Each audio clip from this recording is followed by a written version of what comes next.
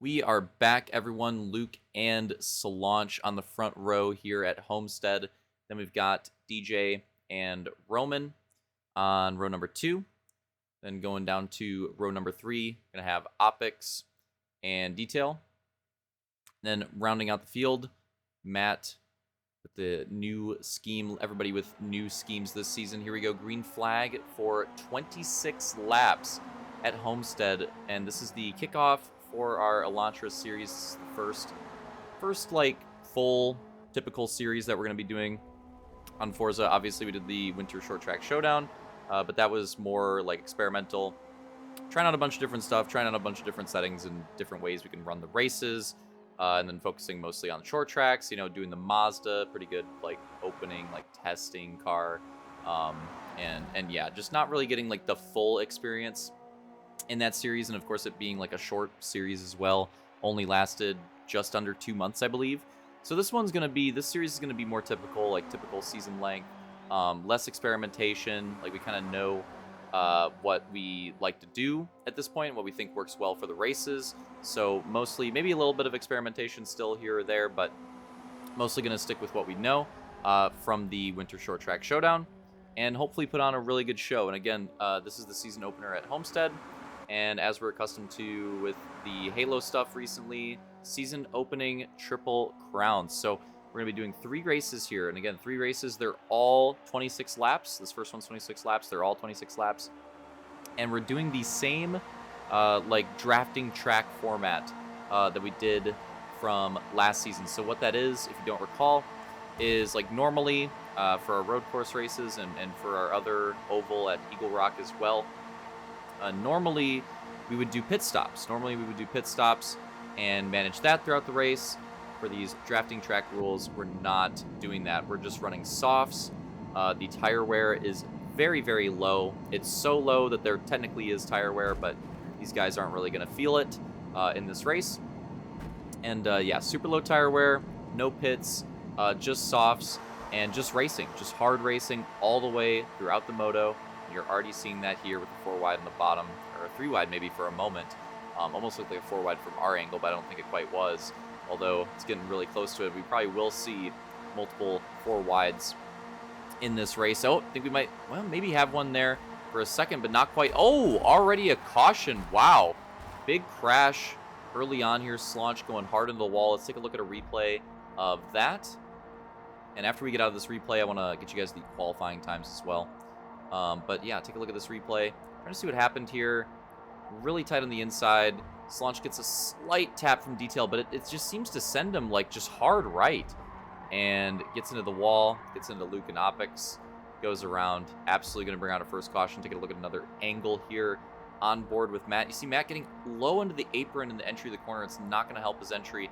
I think he tries his best to save it. Light tap on Detail. Detail didn't get a... Oh, well, actually, after Detail hits Solange, it looked like he got that carry as well. So interesting how the contact with those guys did not look that heavy. But once the contact was made, once they were hit, it just seemed like they couldn't correct it in time. So yeah, first mistake in this race, first caution, and we'll probably see a few accidents like that because this is the opening race. We haven't raced in over a month, so you know, not really too surprising. Definitely expecting some stuff like that in this race. Gotta say though, it feels great to be back. Hope everybody else is enjoying the return here, racing wise or viewership wise. I'm definitely excited for it. It's been a lot of fun doing this Forza stuff. I feel really rejuvenated with running the races, and even though, you know, we're on to our like second season here, I still feel really excited and passionate for it, and I'm still really enjoying it. And huge checkup right there on the outside. That's going to slow up Detail and Luke for a bit. Opix and Solange going to try to hold onto that draft, the top 3. That contact's not going to help. That's going to slow them down as well. Got to try to stay within that draft. Do not want to lose it early on here. But yeah, so we did qualify for this. That was a bit different too compared to our other race in the grand final at Homestead at the end of last season. We did not have qualifying for that one. We had qualifying for the race before it. And the qualifying results, Luke took the pole with 35, 4.97. Slaunch got second with a 35.556, so just like half a tenth separating Luke and Slaunch on the pole time. And I actually thought, based off practice, that Slaunch had a really good shot at pole. I think Slaunch may have ran like what would have been pole time in practice. I thought he did, but unfortunately wasn't able to replicate that in actual qualifying. He's close, but just a little bit off, and Luke was able to step up his time, and that got him the pole. But yeah, still really, really close, and definitely a good opportunity. Would not be surprised if somebody else gets on the board for a pole at some point this season. I thought Slaunch, well, I thought really like anybody had a pretty good opportunity of doing it here at Homestead, but unfortunately they were not able to in the end. But yeah, third was DJ with a 35.571, so just barely off Slaunch's time. And then fourth was Roman with a 35.621, half a tenth off of DJ's. Fifth was Opex with a 35.627, so close with Roman's time. Sixth was Detail with a 35.640, and Matt actually in the seventh place spot with a 35.676. Although to be fair, fourth through seventh, I mean, they were so damn close. They were the whole field was close, but especially those guys were so damn close. But not too surprising, you know, really tight qualifying here on the oval. I expect tight qualifying just all around throughout the season. But yeah, especially here on Homestead, definitely expected that. And we'll get back to an update on this race and take a look at this. All that contact, no caution, but it really messed up that pack behind. They actually lost the draft. That is not what they wanted to do. And they're going to have to try to work together here. This pack of Slaunch, Luke, Detail, and Opex, they're going to have to try to work together here because that's the only way they're going to catch back up unless there's a caution. This is already a really bad spot for these guys to be in. And, you know, having the 2,000 mile an hour pace that Roman was at for the restart probably didn't help, but I do think that big checkup and then, you know, the Opex and Slaunch contact, I think that's really what cheesed them there. But jokes aside, definitely going to, for our paces set, I think we're going to do just like a, depending on, we might do track dependent. Like for ovals, we might do 45 because I think 45 across the board mile an hour pace is pretty good for ovals. But I think for the road courses, like some of them, the last corner is like really tight into the start. So for the road courses, it might have to be a little bit different. For our Moto 2 starts, we might have to do like 30 or 25 even. Maybe we'll figure it out. But we'll try to do an official pace speed because that was something that was kind of like iffy in the first season, is that we didn't really have an official pace speed. We were kind of just winging it. But I definitely think we should try to have an official one that we try to, you know, stick pretty close to that. So that'll be a change that we have going into the next week, and that was kind of an oversight, honestly. I should have had that going into this one, so oh well, my bad. But yeah, we'll definitely have that going into week 2 and throughout the rest of the season. So yeah, now what we're going to see in this race is the waiting game for a caution, right? If there's a caution, that'll mix things back up, but if there's not a caution, that's really tough. And you know, these guys are pretty reserved to their positions here in this backpack, right? These guys, the best they can do is fourth, really, if they don't work together and get back up there, but it's not going to be easy to do, especially because Roman, DJ, and Matt understand the situation. It looks like they're being pretty nice with each other and not trying to battle each other like too hard at this moment. So smart, what they should be doing, and we'll see how it pays off for them in the end.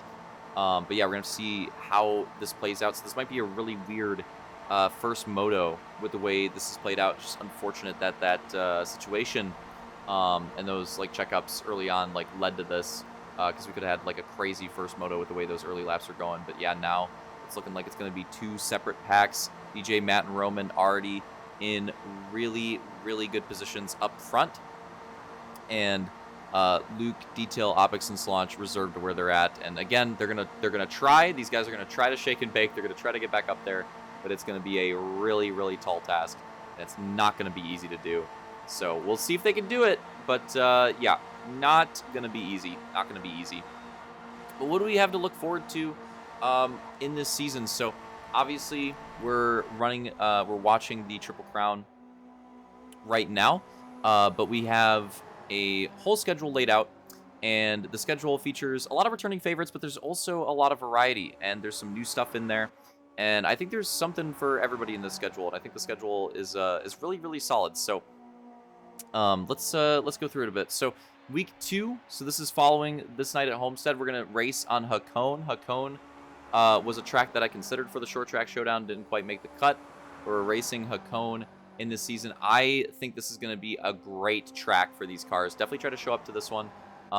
Yeah, I think Hakone will race really, really great with these Elantras. I think it's a great fit. Week 3, we're going to have Hockenheim Short returning from the grand final. That'll be a lot of fun. It raced really well. It put on arguably the best road course race that we had last season in the grand final. And it's another track that I think fits the Elantras really well. So looking forward to that. Man, look at how hard they're battling in both packs here. Week 4, we have another new track. And it's going to be a short track. So Silverstone International. The Silverstone main track that they race in F1 is pretty massive. And we could have raced that for the Elantras, but it's a little big for these cars. I didn't want too many big tracks for these cars. I wanted to step it up a little bit in this series from the Mazdas, but not too much.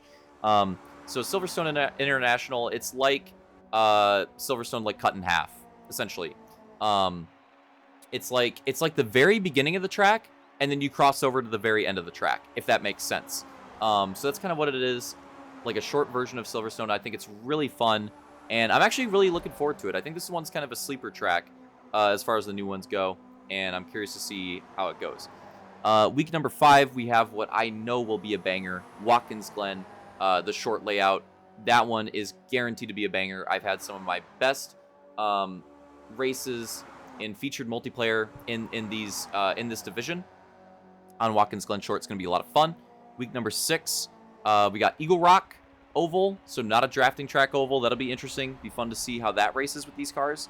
Full Road Atlanta following that. That's going to be cracked. Short Road Atlanta was very, very cracked. Full Road Atlanta will probably be even more cracked, so curious to see how that goes. Week number 8, we got frickin' Road America, the full layout. That's going to be the big one. That's the massive layout for the series. So yeah, that track is huge for these cars, but it should put on a really good show. A lot of drafting. Right, a lot of drafting because there's some big straightaways in Road America, but there's also some really technical sections as well where you can gain a lot of time and try to get away from that draft. So, yeah, that one will probably race very interesting. You could even see a little bit of draft wars there. That'll be fun.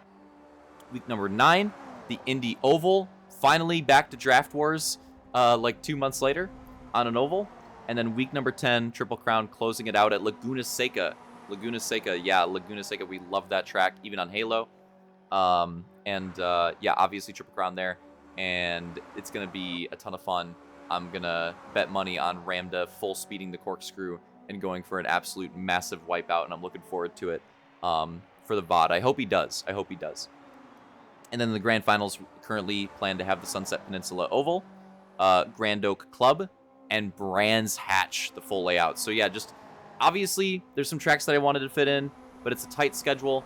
I do have an idea of how to maybe fit some tracks in there with my idea was a short track showdown night where, for example, for Hockenheim Short, we do Hockenheim Short and Maple Valley Short, both in one night. And I figured that was a little bit better for the short tracks to work that way because, for Road America, for example, you don't want Road America, that massive layout to be a one-off race. You don't really want that. But for the short tracks that we've raced before, it might be kind of cool to do a combined night like that to get some more track variety because I do really like the schedule.